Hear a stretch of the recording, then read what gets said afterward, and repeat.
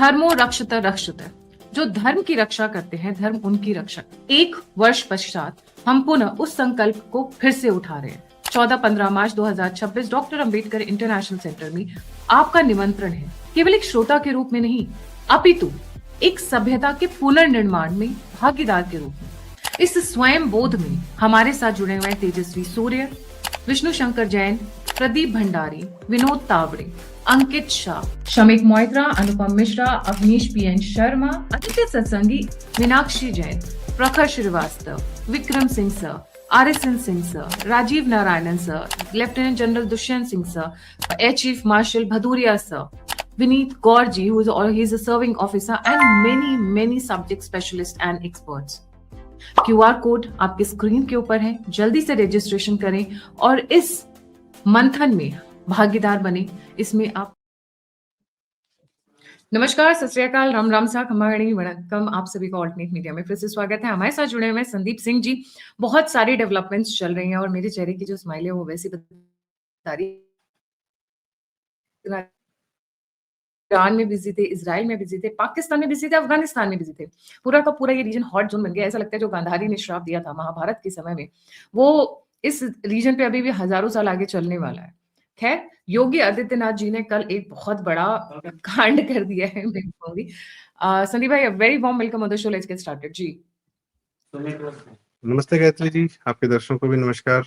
Ma'am, मुझे लगता है 14-15 मार्च को आपके इवेंट पर भी जो है कुछ लोग आएंगे वहां पर प्रदर्शन करने की। ये ईरान के साथ जो हुआ वो गलत हुआ, हो सकता है वो शिया हो, लखनऊ से कुछ लोग जा रहे हो, क्योंकि आप देखिए भारत में प्रदर्शन हो रहा है। जिस जिस प्रकार से अनस्टॉपेबल भारत की आप बात कर रही हैं, लोग डिमांड कर रहे हैं ना कि नहीं होता। आजकल तो होता है, दिल्ली में चलन है, कोई बड़ा इवेंट हो तो उसके बाहर एक प्रदर्शन का एरिया बना दीजिए, वरना किस प्रकार की लोग प्रोटेस्ट करने आ जाते हैं। कुछ एक लोगों के मंसूबे थे, पर क्योंकि कॉन्स्टिट्यूशन क्लब एक बहुत ही अच्छा, रेकी की जाती है, जब बिफोर दैट कॉन्स्टिट्यूशन क्लब मुझे में मैं आप जब मजाक भी कर रहा था। आप तो सीरियसली कह रही कि सीरियस। ये स्पेशली जो सेंट्रल दिल्ली में है, स्पेशली द कॉन्स्टिट्यूशन क्लब, जब आप वहां पे लेते हैं तो सबसे पहले आपका पूरा बैकग्राउंड चेक किया जाता है और आपको रिकमेंडेशंस चाहिए होती है मेंबर ऑफ पार्लियामेंट की, तभी वो आपको मिलता है, अदरवाइज नहीं मिलता है।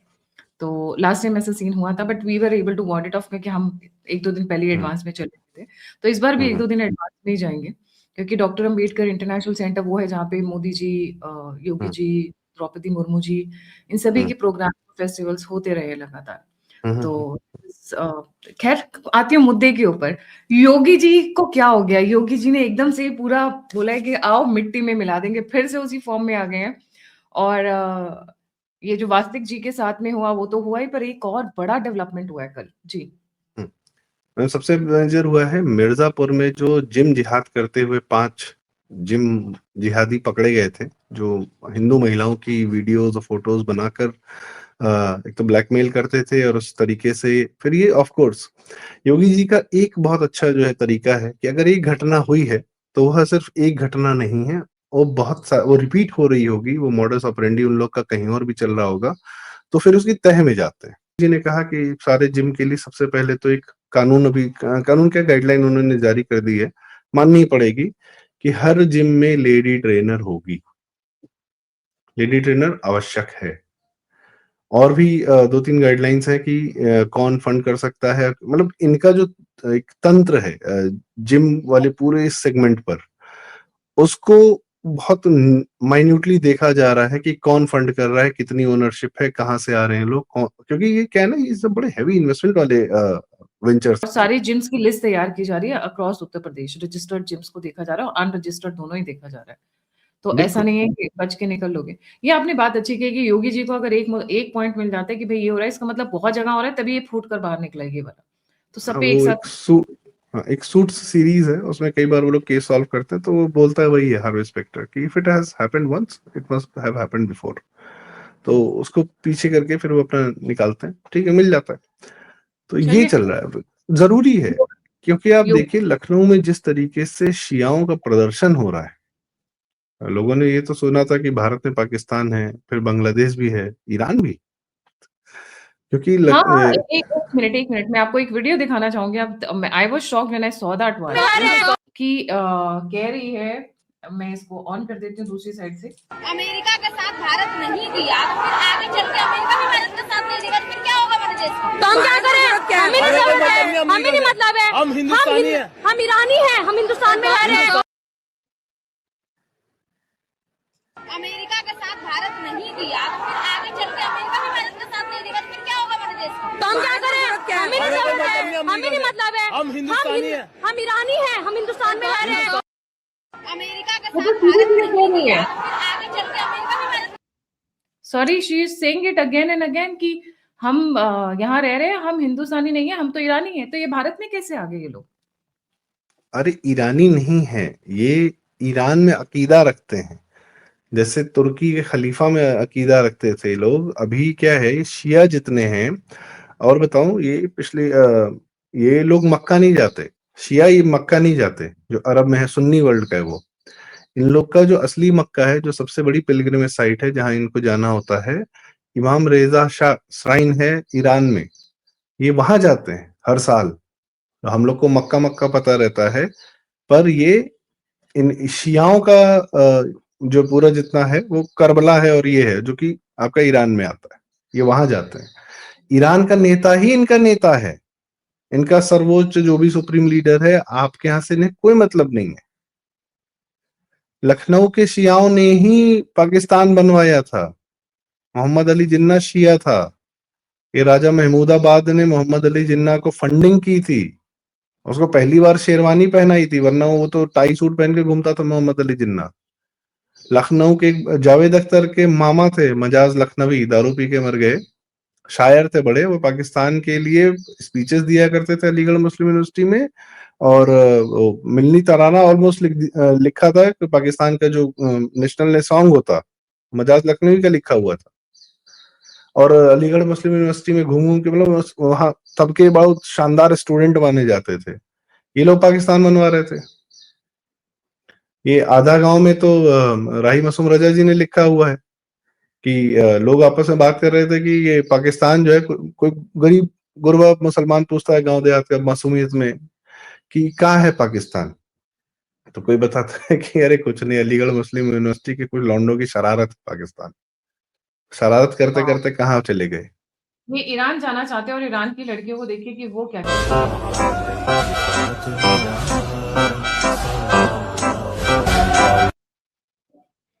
मतलब ईरानियन लड़कियां सेलिब्रेट कर रही हैं और यहाँ पे बैठ के कुछ लोग फूंक रहे हैं, मतलब अपना अपने घर फूंक रहे हैं, प्रोटेस्ट पर उतर आए हैं। इस वक्त मैम, सिक्योरिटी टेंशन बढ़ गई है। वहां की लड़कियां उतार कर हिजाब, रिमेंबर वो लड़की जिसने एकदम ऐसे सिगरेट लगा के और खमीनी की फोटो के साथ करवाया था, वो तो खैर अभी बाहर रह रही है। Now she is become again popular. वो लोग एंजॉय कर रही हैं, वो लोग डांस कर रही हैं, वो लोग मजे ले रही हैं। ये लोग काय को मातम, वो बता रहा विधवा हूँ ना विलाप, क्यों। आई एम सॉरी, नहीं वो नहीं, ये कर रहे विधवा हैं। विलाप क्यों कर रहे हैं, वो अलग छोड़ देते हैं। ईरान में लोगों ने फिल्में बनाई हैं जिसमें विजुअली रिप्रेजेंट किया है कि महिलाओं के साथ क्या हुआ है। एक बहुत शानदार फिल्म है Persepolis, black and white, graphic novel के फॉर्म में है, क्योंकि वो ग्राफिक नॉवेल ही थी। एक छोटी सी बच्ची के नजरिए से ये पूरे घटनाक्रम को देखा गया है कि जब वो छोटी बच्ची थी, तब वो शाह के हटने से बहुत कम्युनिस्टों के आंदोलन को बहुत खुश होकर कर रही थी। और जब ये खोमैनी का रिजीम आया, उसके बाद क्या हुआ है, महिलाओं के साथ क्या हुआ, किस तरीके से मार मार के बुर्का पहनाया गया। आप ईरान की और फिल्में देखेंगी तो वहां पर ईरान में फिल्में बनाने पर पूरी गाइडलाइंस थी कि आप ये इतना आपको महिलाओं का ढक के रखना पड़ेगा, आप कुछ नहीं दिखा सकते। बहुत चीजें उन्होंने बहुत ज्यादा गाइडलाइंस रखी थी।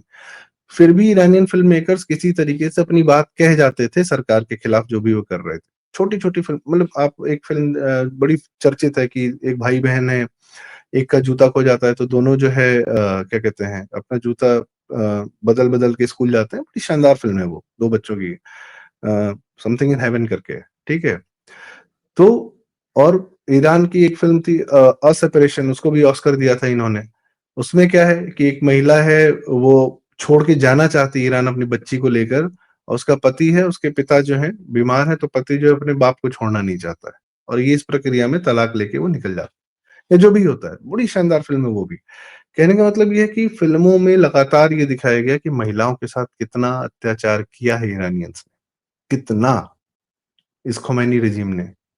लोगों को देखनी, न फिल्म देखें तो ट्रेलर देख लें। यूट्यूब पे सर्च करके। लेकिन यहाँ वालों को क्या है कि नहीं आपने नहीं, ये तो काला टेंट ओढ़ ली है, इनको पहनाया किसने? ये तो ओढ़ के खुद बैठी हुई है। जिसको उतारना है वो लड़ेगा ना।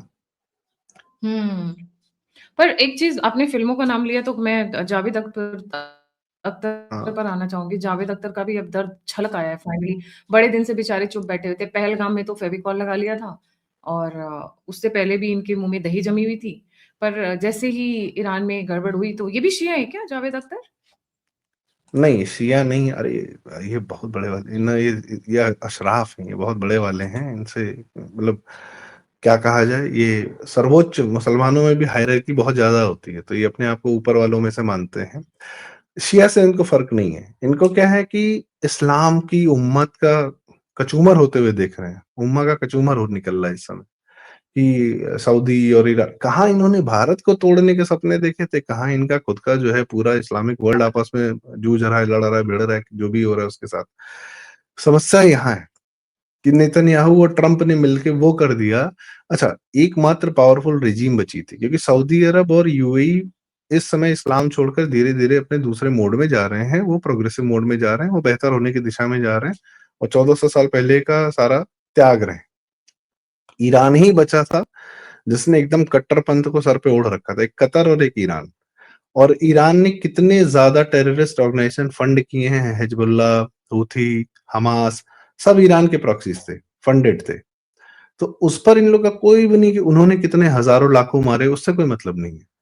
क्योंकि ईरान में एक लीडर था जो इस्लामिक सिस्टम को पूरी तरह जिंदा रखे हुए था, by sword, by by iron fist, मतलब लोहे के एकदम उसके साथ, आयरन हैंड के साथ में।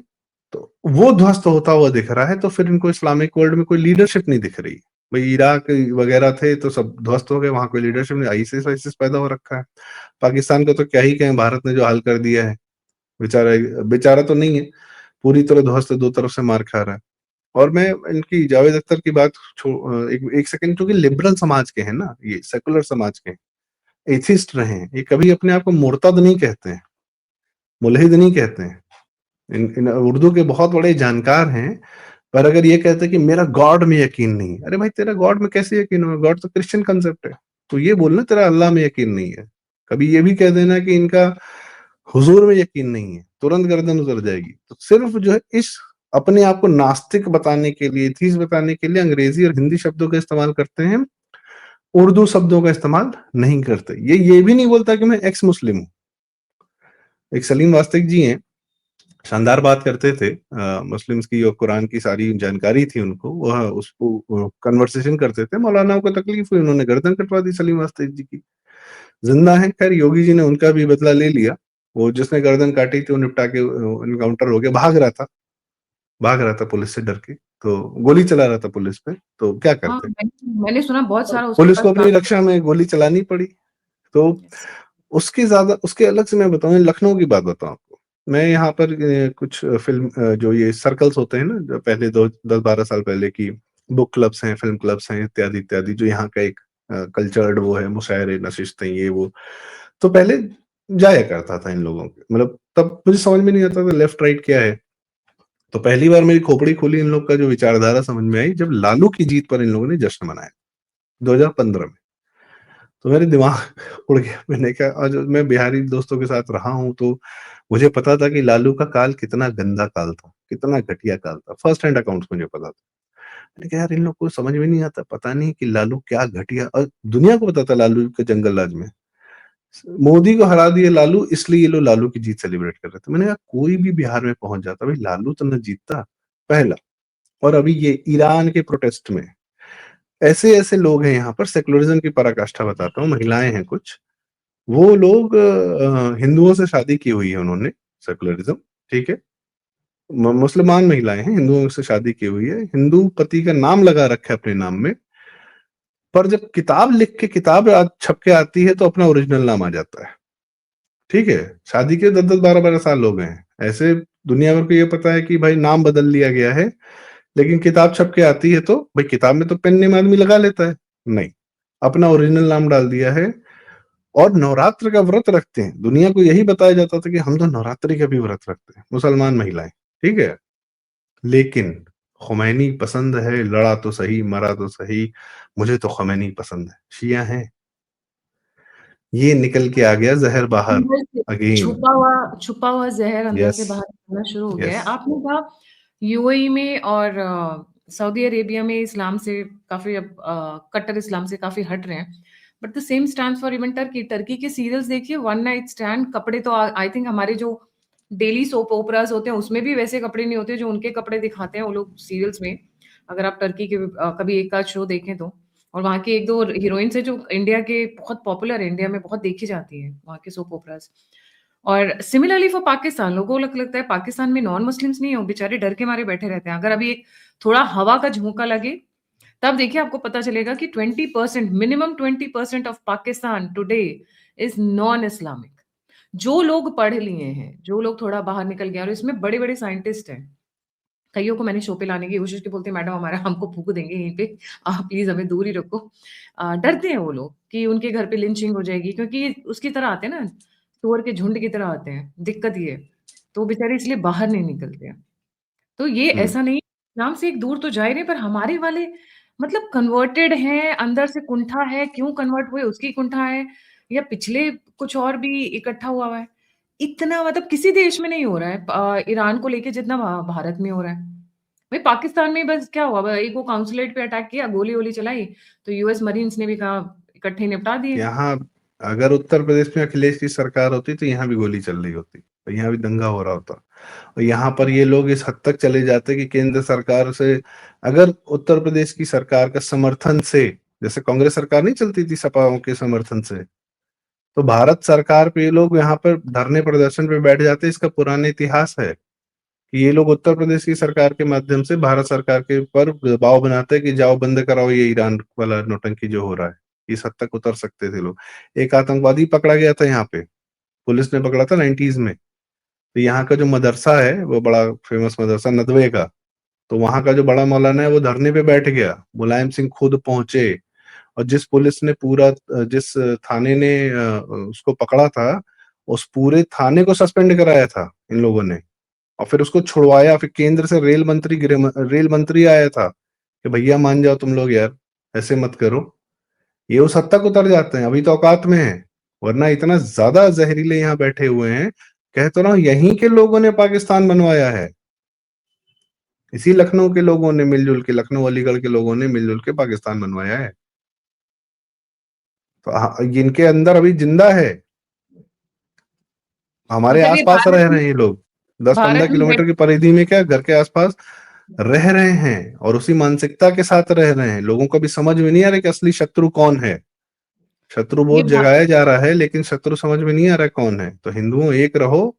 और जो आदमी ये बोलता है कि बटोगे तो कटोगे चूरन है और सरकार जो बेवकूफ बना रही है, भाई साहब पहले उस आदमी को लात मार के साइड करो। बटोगे तो कटोगे ही सत्य है, नहीं तो उसके अलावा राम नाम सत्य है। बिल्कुल सही। मतलब ये लोग भारत में बैठे पाकिस्तानी हैं, इन शॉर्ट। बट भारत में बैठे ये पाकिस्तानी कैसे हो सकते हैं संदीप जी? आप बताइए, क्योंकि पाकिस्तान के अंदर तो शियाओं की पिटाई होती है, कुटाई होती है, धुलाई होती है, बुरा है नहीं, अहमदियास को खत्म कर रहे हैं। रही सही जो थोड़ी बहुत कम्युनिटी है, वो भी हर तीसरे दिन बॉम्ब वो ब्लास्ट होते वो हैं। शिया और सुन्नी का झगड़ा 1400 साल पुरानी विरासत का झगड़ा है कि हुजूर के बाद जो है कौन वारिस कौन। तो इनकी विरासत की लड़ाई आपस में लड़ते रहेंगे, पर हमारे लिए ये मुसलमान हैं। काफिर दिखेगा तो दोनों एक हैं। पाकिस्तान को मुसलमान बनाने के बाद शिया और सुन्नी की आपस में लड़ाई चल रही है, जो इंटरनल पावर स्ट्रगल चल रहा है, जो भी चल रहा है वो तो हमेशा चलता रहेगा। काफिर विहीन करिए पहले उस लैंड को, फिर आपस में पावर स्ट्रगल हम करते रहेंगे। वहां मिडिल ईस्ट वेस्टर्न एशिया में क्या चल रहा है, सीरिया लीबिया, और वो वहां पर आपस में लड़ते नहीं है, मारते नहीं है, वो विशुद्ध पावर स्ट्रगल है। उनके यहाँ डेमोक्रेसी वेमोक्रेसी होती नहीं, तलवार से रूल करना। पाकिस्तान आर्मी है, रूल करती है। उनको हिंदुओं के सामने पहले पहले हिंदू हटाओ, यहूदी हटाओ अपने से पहले। और इस्लाम ये क्यों करता है बताता हूँ। इस्लाम अपने से पहले जो भी सभ्यता होगी, जो उसके पहले से खड़ी है, उसको हटा देगा, तभी तो अपनी कहानी को सच बता पाएगा। वरना जो भी ये कह रहा है, इस्लाम जो भी कहता है, 1400 साल पहले हम कहते हैं भाई हम 5000 साल पहले से हैं, हम 10,000 साल पहले से, हमारी सभ्यता 10,000 साल पहले से है। तो उनका यही है कि पहले हमसे पहले जितने लोग खड़े हैं उनको हटाओ, यहूदी भी इनके पहले के हैं। उनको खत्म करो तभी हमारा सत्य हम स्थापित कर पाएंगे। तब इनसे पहले से अपनी कहानी, अपनी सभ्यता की कहानी कहने वाला कोई बचेगा ही नहीं। तो जो ये कहेंगे वही मान लेगी दुनिया। धरती तो चौकी इनको एक एक इनको इजराइल नहीं मारना है। अगर यहूदी अंटार्कटिका में भी बैठा रहेगा ना, वहां जाके उसको मार के आएंगे। अगर आखिरी हिंदू कहीं अंटार्कटिका में, आर्कटिक पोल में कहीं ऊपर गुफा में बैठा होगा ना, वहां भी खोज के मार के आएंगे। ये इन्होंने क्लियरली हमास ने अपने चैप्टर में लिखा हुआ है, चार्टर में, और हर जगह इन्होंने लिखा हुआ है। और आज ये बोल नहीं, ये तुम दिखा रहे हैं भाई कि ये आपके नहीं है, ये आपके खिलाफ खड़े हैं। भारत से कोई मतलब नहीं कि भारत के ईरान ने भारत को कितनी बार नुकसान पहुंचाया, पाकिस्तान को कितनी बार हेल्प की वॉर्स में, हर तरीके से कितना के नुकसान पहुंचाया, क्या क्या किया, उनसे कोई मतलब नहीं उनको। ईरान ने वहां की महिलाओं के साथ क्या किया, उनसे कोई मतलब नहीं उनको। अच्छा, एक चीज और है, इनकी सारी संवेदना, इनका सारा मोहब्बत प्यार ना हमेशा उसके साथ होता है जो बहुत दूर बैठा है। क्योंकि जो पास में अगर मोहब्बत दिखा, पास में अगर किसी से तकलीफ होती है तो उसके लिए कुछ करना पड़ता है। दूर वाले के लिए मुंह से बोल दो, क्या जाता है, निकलो सड़क पे प्रदर्शन करो, घर जाओ, ना इफ्तारी करो। पार्टी टाइम हो जाता है ना इन लोगों के लिए। देखिए आपके और हाँ मेरे काम है, हम सुबह गए शाम तक फंसे हुए हैं किसी ना किसी काम में। बच्चों को पढ़ाना है, ये करना है, कुछ नहीं, हाँ, खाना बनाना है, बच्चों का होमवर्क कराना है। बट इन लोगों को क्या, भैया बच्चे को तो मदरसे में भेज दिया, वहां की तो कोई कहानी नहीं। अच्छा, एक मेरे से भाई मुसलमान भाई साहब मिले, भाई साहब तो नहीं बोलूंगी, मुसलमान मिले। कुछ बात चल रही थी ऐसी बच्चों की पढ़ाई लिखाई को लेके, तो मैं जस्ट टटोलने की कोशिश कर रही थी।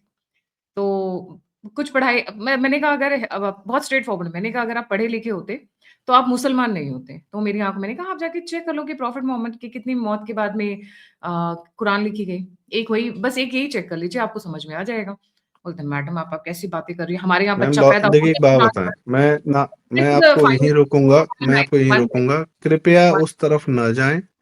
वहां पर लैंडमाइन बिछी हुई है। आपका एक गलत कदम क्या हो सकता है, आपका एक गलत शब्द कहा जा सकता है। सही उस बंदे ने क्या कहा, जब बच्चा पैदा होता है तो कुरान रटता है।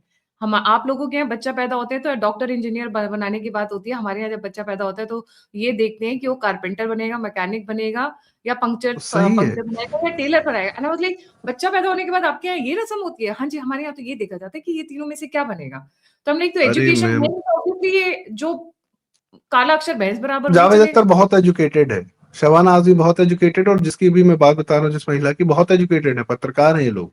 वो आरजे जो मिर्ची वाली है, साइमा, आरफा साइमा खानम, ये लोग पढ़े लिखे नहीं है। जहरीली है टू द जितना कोर। ज्यादा पढ़ते लिखते, देखिए बेसिक कोर जब गड़बड़ है ना, तो उस पे आप कितना भी चीजें डाल दीजिए, वो कोर आपको खराब कर ही देगा।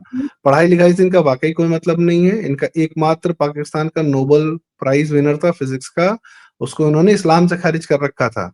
वो पाकिस्तान छोड़ के फिर कहीं लंदन वंदन जाके वहां जाके मरा अब्दुल जैसे अब्दुल समद। कलाम को नहीं खारिज कर रखा था यहाँ पर? उनकी मौत में कितने मैयत में कितने लोग नहीं थे? नहीं भाई, अगर वो बम बना के भारत में फोड़ते, तब वो उनके सबसे सर्वोपरि नेता होते। हम्म। भारत के लिए क्यों बनाया भाई, कौन का गद्दार है वो आदमी।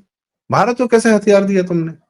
बिल्कुल सही मीर बात। जाफर क्यों चर्चित है, मीर जाफर को गद्दार क्यों कहा जाता है? आपने कभी किसी और मुसलमान को गद्दार कहते हुए सुना है? कभी नहीं।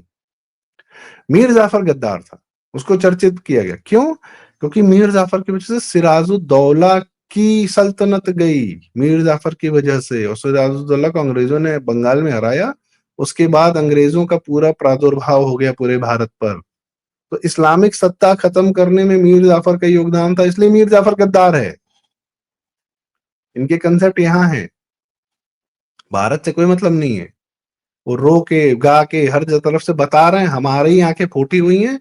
नहीं भैया, तुम ही ठीक हो। हमारे यहाँ कांग्रेसी हैं, जितने लीचड़ लोग होते हैं, जितने लीचड़ लोग होते हैं, सब मुस्लिम वोट बैंक के लालच में इनके आगे जाके लेट जाते हैं। क्या बोले। सही बात है।